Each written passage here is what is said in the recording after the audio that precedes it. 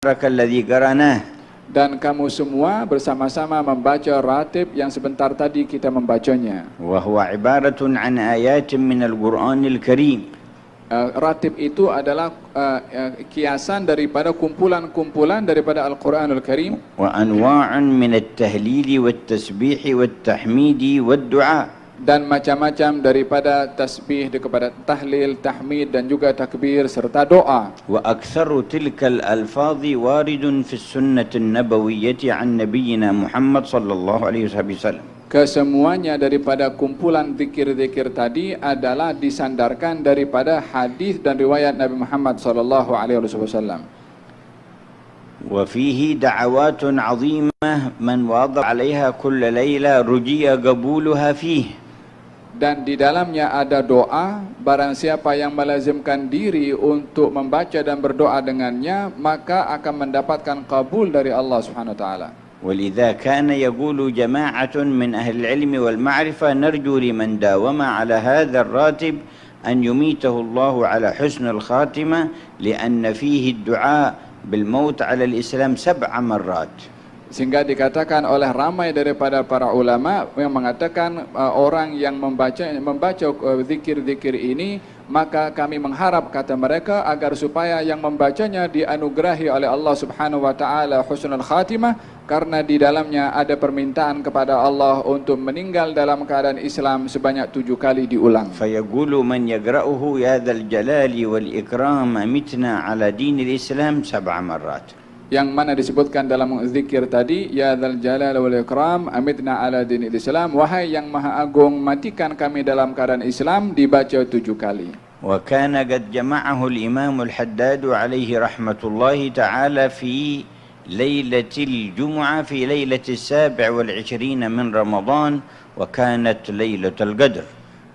Kumpulan zikir itu dihimpunkan oleh Imam Abdullah bin Ali al-Haddad pada malam Jumat bertepatan pada malam 27 Ramadan yang ianya adalah merupakan malam Lailatul Qadar. وانتشر راتبه حتى وصل إلى الحرمين الشريفين في حياته فكان يقرأ في مكة المكرمة بجماعة كبيرة في الحرم وفي المدينة المنورة في جماعة كبيرة عند الروضة المشرفة يقرؤون راتب الإمام الحداد في أيام حياته. Di masa hidupnya, ratib ini sudah tersebar sampai ke kota Mekah dan sampai ke kota Madinah, sehingga ramai daripada kaum muslimin membaca ratib itu di Masjidil Haram dalam kumpulan yang ramai. Seperti mana juga di kota Madinah, di Raudhah Nabi dibacakan ratib ini dalam juga kumpulan yang ramai. Ini di zaman hidup beliau. Lisidqihi wa ikhlasihi ma'allah. Ini disebabkan oleh kerana keikhlasannya dan kesungguhannya kepada Allah. Wa kana mawhuban mawahiba kabirah min ar-Rahmani jalla jalaluh. Beliau mendapatkan anugerah dan juga hadiah serta pemberian daripada Allah Subhanahu wa taala. Ma'a annahu 'amiya basaruhu wa huwa ibnu 4 sanawat tifl. Walaupun beliau, yakni Imam Abdullah bin Al-Haddad, buta waktu umurnya 4 tahun. Thumma hafidha al-Qur'an al-Karim wattasa'a fil 'ulumi hatta sara marja'an li ahli al-'ilm al-kubbar. Beliau menghafal Al-Quran dan belajar ilmu serta luas ilmu beliau sehingga menjadi rujukan kepada para ulama akan ilmu beliau. وألف الكتب النافعة التي لا يقرأها أحد إلا أحس بزيادة نور في قلبه. Dan banyak menulis buku-buku dan kitab-kitab yang mana orang yang membaca buku dan karangan beliau pastinya akan mendapatkan cahaya di dalam hatinya.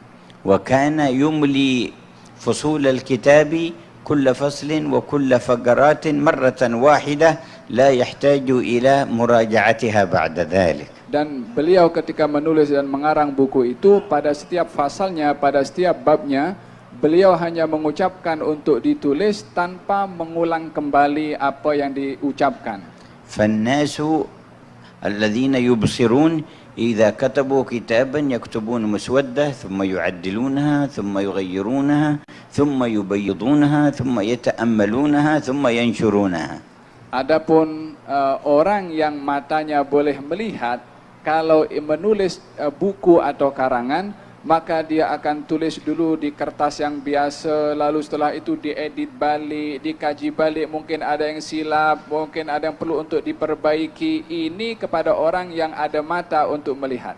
لكن هذا الإمام يملي فصول الكتاب من مرة واحدة ويأتي الكتاب مرتبا بعبارات بليغة ومبوبا أبوابا متقنة. Akan tetapi Imam Abdullah bin Al-Haddad walaupun tidak dapat melihat, ketika menulis dan mengarang hanya membacanya, mengimlakkannya atau menyuruh orang untuk menulisnya hanya sekali sahaja dan tidak perlu untuk diulangi.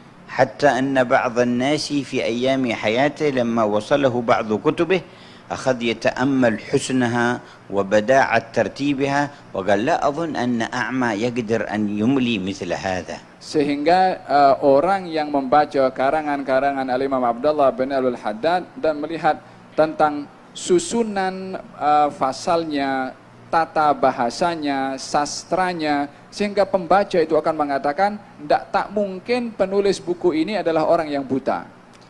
فسافر إليه لينظر كيف حاله. Maka orang itu datang ke tempat Al-Imam Abdullah bin Haddad ingin tahu keadaan sebenarnya betul atau tidak. ففي أول جلسة جلس معه أداروا القهوة بينهم ووضعوا لكل واحد فنجان عنده.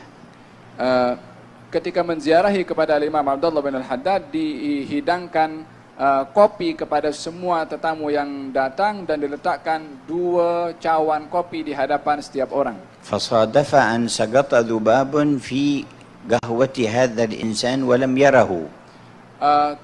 Kebetulan lalat jatuh ke kopi orang yang tadi mengatakan mana mungkin orang buta boleh tulis tulisan ini. Itu lalat jatuh ke dalam kopinya. والإمام الحداد وضع يده على رجله وقال يا فلان أخرج الذباب من قهوتك. Kata Imam Abdullah bin Haddad mengatakan kepada si fulan tadi, wahai fulan, keluarkanlah lalat daripada kopimu. قال سبحان الله هذا يرى ويشوف وهو أعمى. Maka dia pun terkejut dan terperanjat. Bagaimana ini boleh terjadi sementara dia boleh tahu lalat jatuh sementara dia tidak melihat. فعلم معنى قول الله فإنها لا تعمى الأبصار ولكن تعمى القلوب التي في الصدور. Maka dia menyadari bahwasanya hakikat buta itu adalah seperti mana diungkapkan oleh Allah. Sesungguhnya ianya bukan buta pada mata, akan tetapi kebutaan itu adalah kepada hati. وكان من أيام صغره إذا خرج من عند المعلم يمر إلى بعض المساجد فيصلي 100 ركعة أو 200 في كل يوم. Kebiasaan Al-Imam Abdullah bin Al-Haddad bila mana beliau selesai daripada belajar daripada gurunya, akan datang ke masjid untuk salat sebanyak 100 rakaat atau 200 rakaat satu masjid dengan masjid yang lain. هم أقوام غذوا في المحبة من صغرهم. Mereka itu adalah golongan yang telah dididik untuk cinta kepada Allah daripada kecilnya. وعاشوا في مخافات وغابوا في فكرهم. Dan mereka itu sentiasa berada dalam keadaan takut kepada Allah Subhanahu wa taala. وهكذا لم يزل متصفا بشريف الأوصاف حتى قال متحدثا عن النعمة ما من سنة سنها رسول الله إلا وأرجو أني قد عملت بها. Beliaulah yang menghiasi dirinya dengan sifat-sifat yang mulia dan beliau mengungkapkan akan nikmat yang diberikan oleh Allah kepadanya dengan mengatakan tidak ada satu sunnah yang dilakukan oleh Rasulullah melainkan saya mengharap semua sunnah itu juga aku sudah melakukannya. وترجمت كتبه إلى عدد من اللغات. Dan karangan-karangan beliau itu diterjemahkan kepada pelbagai bahasa. وقبل سنوات في سجن في بريطانيا وصلت ترجمة كتاب له اسمه سبيل الادكار فطالعه بعض المساجين من الكفار فما كمل الكتاب حتى أشرق نور الإسلام في قلبه فأسلم بما قرأ في هذا الكتاب. Di antara terjemahan buku Imam Abdullah bin Al-Haddad diterjemahkan ke dalam bahasa Inggris dan juga diagihkan kepada orang-orang yang berada di dalam penjara di UK. Salah satu tulisan beliau adalah berkenaan dengan renungan tentang umur insan Mereka orang-orang yang berada di dalam penjara membaca buku itu tidak sampai kepada penghujung buku itu, melainkan cahaya kebenaran masuk ke dalam hati mereka yang berada di dalam penjara. وجميع أولياء حضرموت في وقته انطووا تحت رايته وانتموا إليه.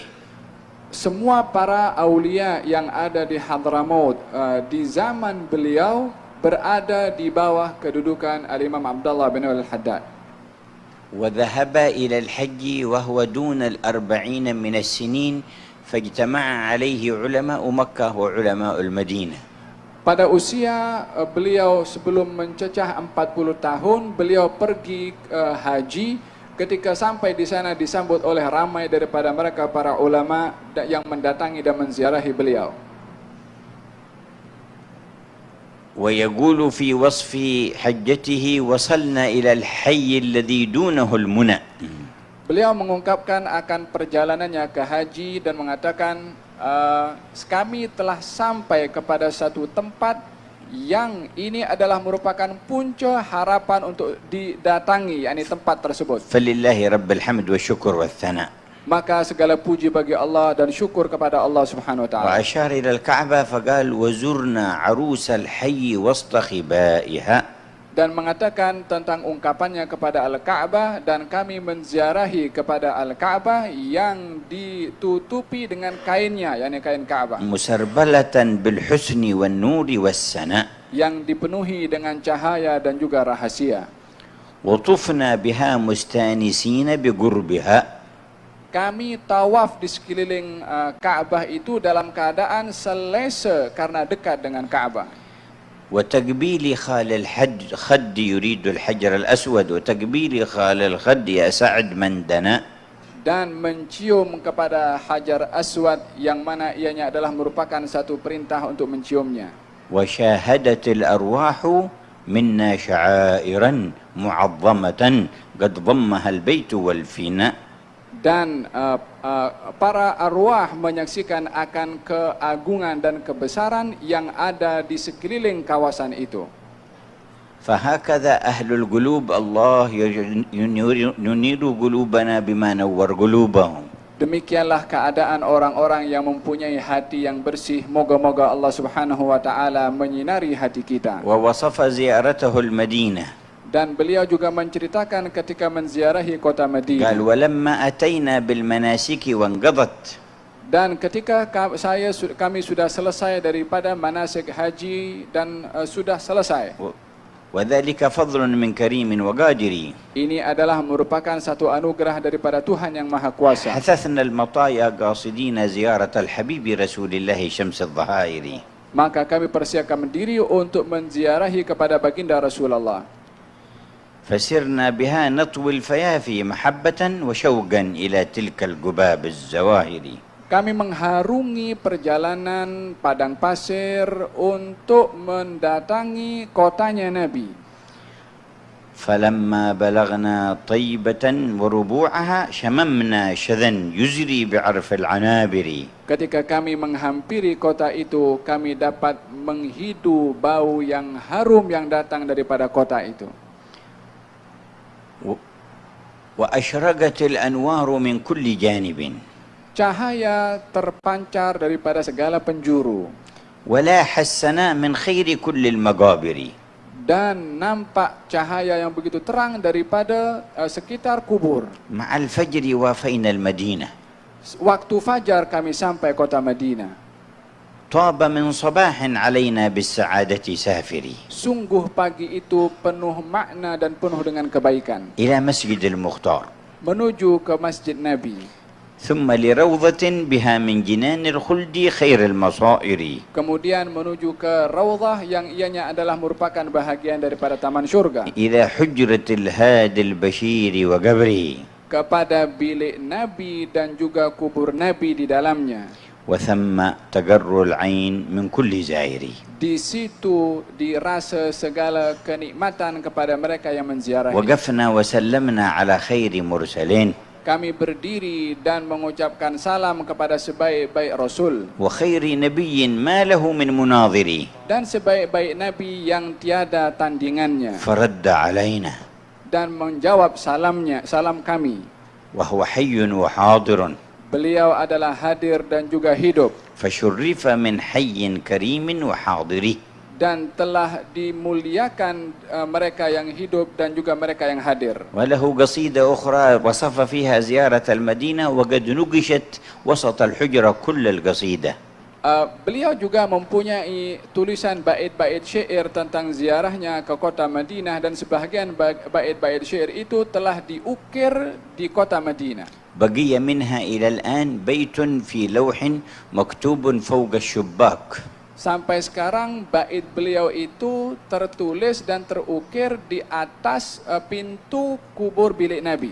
فمن أكرمه الله منكم بزيارة النبي محمد صلى الله عليه وسلم فإذا وقف في المواجهة الشباك الأوسط فعلى يمينه في الشباك الذي على اليمين لوحة مكتوب فيها هذا البيت. Barang siapa yang dianugerahi oleh Allah untuk sampai ke negeri itu dan berdiri di hadapan kubur baginda Rasulullah, tulisan itu ada di pintu hujung bahagian kanan, di sebelah atas akan nampak tulisan bait syair beliau. نبي عظيم خلقه الخلق الذي له عظم الرحمن في سيد الكتب.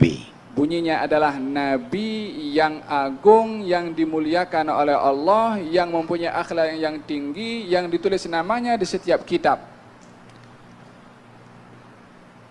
ثم إنكم تقرؤون في العادة أسماء الله الحسنى. Dan seperti dimaklumkan juga kalau kamu di tempat ini sentiasa membaca Asma'illahil Husna.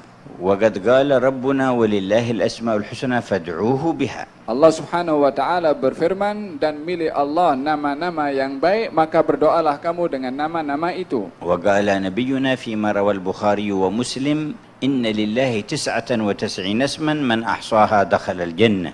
Di dalam Sahih Bukhari dan Sahih Muslim, baginda